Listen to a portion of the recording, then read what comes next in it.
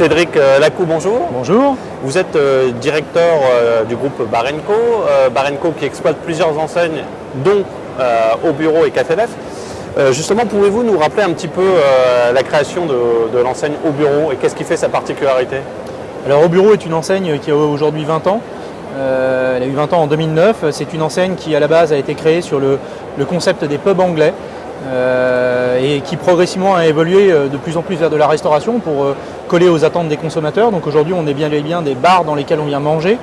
La spécificité de l'enseigne, c'est d'être des concepts qui sont des véritables lieux de vie, puisque nos concepts vivent du matin au soir. Ce n'est pas simplement des restaurants dans lesquels on vient déjeuner ou dans lesquels on vient dîner. C'est des établissements qui vivent du matin au soir, puisqu'il y a le café, il y a le déjeuner, il y a effectivement l'après-midi où il y a une activité un petit peu salon de thé, etc. Le soir, les dîners, et après des retransmissions d'événements sportifs, des soirées plus animées avec des concerts, des DJ, etc.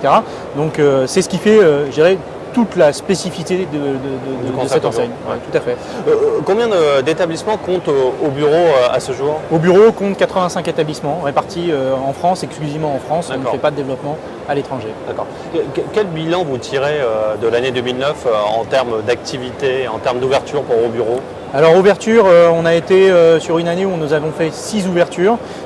Année en demi-teinte tout simplement parce qu'on a eu beaucoup de projets, notamment 4 projets qui ont été décalés de 2009 à 2010 pour des problématiques essentiellement de travaux, de retard de livraison de cellules, de fouilles archéologiques sur des terrains, enfin des petites choses comme ça. Une année difficile également au niveau des obtentions des prêts bancaires. Aujourd'hui la situation se détend, mais ça a été très très dur, notamment sur le dernier trimestre.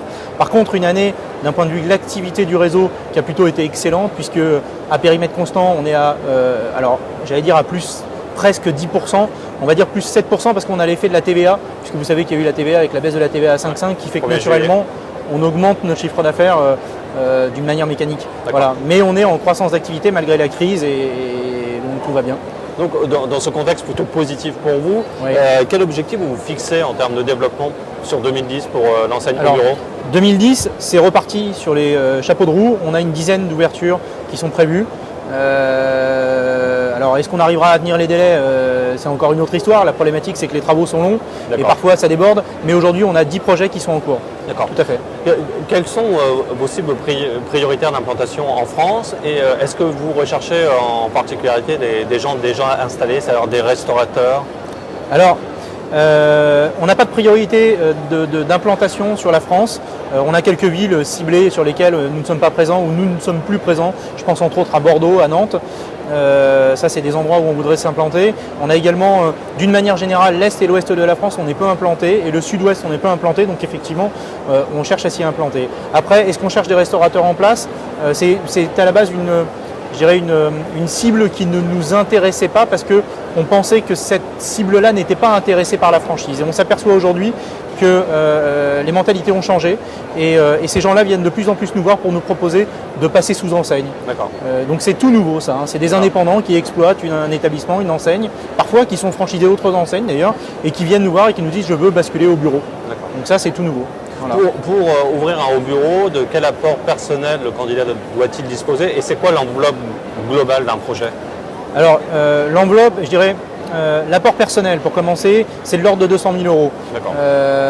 On peut difficilement faire avec une enveloppe inférieure à 200 000 euros. Après les projets, tout dépend des projets, si on est propriétaire des murs, si on va devenir propriétaire des murs ou pas.